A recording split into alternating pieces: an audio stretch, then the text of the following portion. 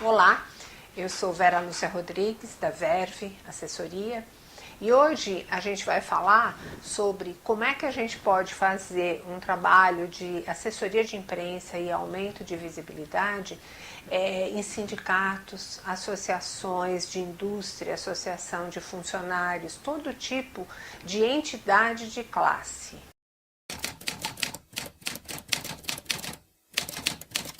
Para quem não sabe, entidade de classe são pares, pessoas do mesmo segmento de atividade, sejam eles profissionais liberais, por exemplo, para dar um exemplo relacionado a gente, o Sindicato dos Jornalistas, ou o Sindicato dos Engenheiros, ou pode ser, como é nossa cliente, a Associação Brasileira da Indústria de Máquinas, tem a Federação das Indústrias, tem várias entidades que congregam ou fabricantes, ou profissionais, ou empresas com o mesmo tipo de interesse, com objetivos comuns. Por que que isso existe? Para que essa junção de pessoas ou empresas ou até mesmo confederações de entidades como outras associações, eles tenham mais força e mais representatividade junto aos poderes públicos e os pleitos que eles necessitam. Diante desta realidade é que o trabalho de assessoria de imprensa e relacionamento com a mídia, aumento de visibilidade, representatividade junto aos veículos de comunicação deve ser pensado. Um trabalho para uma entidade de classe, ele é por via de consequência, levando em conta os objetivos das atividades dessas entidades de classe, ele é totalmente diferente de um trabalho de assessoria de imprensa, por exemplo, para uma celebridade ou mesmo para uma empresa, para uma indústria, para outros setores que tenham produtos à venda. Por exemplo, a gente já falou aqui sobre assessoria de imprensa para profissionais liberais, que tem por objetivo vender a sua especialidade, a sua expertise. Então, neste caso, a transformação em artigos opinativos da expertise desses profissionais faz todo sentido. No caso de entidade de classe, o que é que faz sentido e o que é que dá representatividade para esse cliente das assessorias de imprensa? Exatamente o posicionamento dele junto aos formadores de opinião. Na entidade de classe, a gente não tem um produto à venda. Ou a gente tem o serviço que essa entidade presta, ou a gente tem um pleito que essa entidade necessita de resolver. Por exemplo, na BIMAC, várias vezes nós demos voz a problemas seríssimos que eram enfrentados pela comunidade associada e que mesma exposição desses problemas chegou até Brasília e não raras vezes teve algumas modificações em medidas provisórias, em posicionamentos decorrentes da exposição na mídia da atividade da ABIMAC no sentido de criar e desenvolver políticas públicas. Em entidades de classe também faz todo sentido você trabalhar artigos opinativos, porque você consegue colocar a problemática que faz necessária a obtenção daquele pleito junto à imprensa. Então, por exemplo, você tem um problema.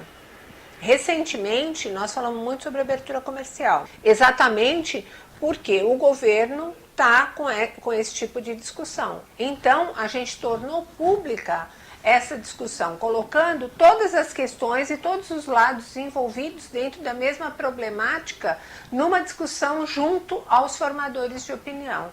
E o resultado foram muitas matérias publicadas. Então, falar sobre um trabalho desenvolvido para aumentar a visibilidade de sindicatos e associações é algo que requer muita especialização e requer muito foco no objetivo e na necessidade que aquele cliente está apresentando para você.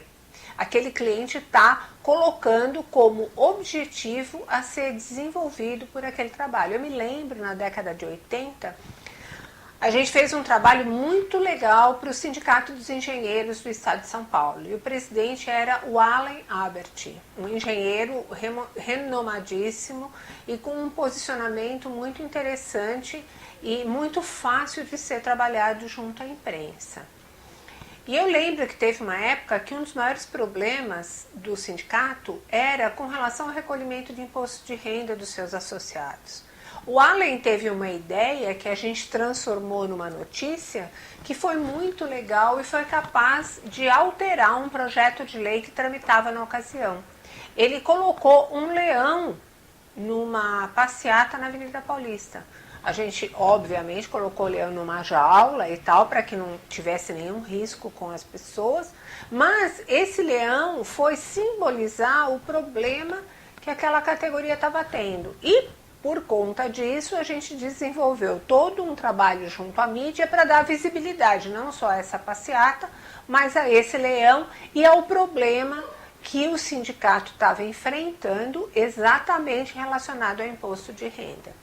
Então isso é só um exemplo de como é que você pode fazer notícia dentro de um universo de sindicatos e associações de classe. Você ainda tem a alternativa, que a gente utiliza hoje muito bem, de utilizar os números do setor para poder fomentar as publicações junto à opinião pública. Então, por exemplo, você levantar o que está sendo vendido, a evolução, a capacidade ociosa, a capacidade instalada, o dólar, a variação do dólar, como é que interferiu nas vendas do setor, se cresceu, qual segmento que cresceu, se diminuiu, qual segmento que diminuiu, o mercado externo, qual que é o papel que ele tem nos números totais do setor. E isso é uma coisa que normalmente interessa muito aos jornalistas e à opinião pública. Por quê? Porque esses números geralmente balizam situações e números mesmo que podem servir de informações para a tomada de decisão de vários segmentos da sociedade civil organizada. Então, toda entidade de classe deveria ter um esforço de imprensa para ter sempre os seus pleitos, suas necessidades e seu posicionamento e a sua própria representatividade junto à mídia. É muito diferente uma indústria falar com a opinião pública e a Federação das Indústrias, que tem milhares de associados, falar, porque essa entidade representa um conjunto de outras empresas. Então a repercussão, em geral, é melhor.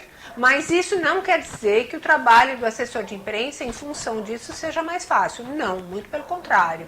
É dificílimo o trabalho de assessoria de imprensa para esses segmentos. Por quê? Exatamente pelo mesmo motivo que eu iniciei o trabalho dizendo da especificidade, que é exatamente você saber pegar o pleito e a necessidade do segmento e transformar em notícia e algo que seja absolutamente interessante para os jornalistas e formadores de opinião.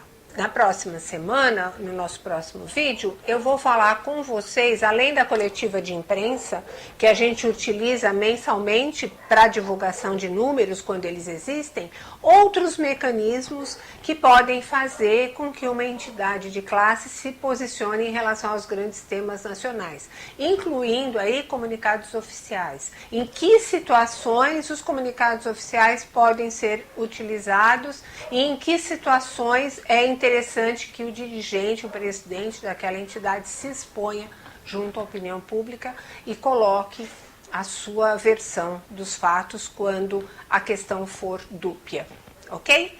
Então eu vou pedir para vocês se inscreverem no canal, curtirem o vídeo e, por favor, nos ajudem a divulgar esse canal. E a gente volta na próxima semana. Muito obrigada, até mais. Ah, não esquecendo uma coisa muito importante, comunicação é tudo.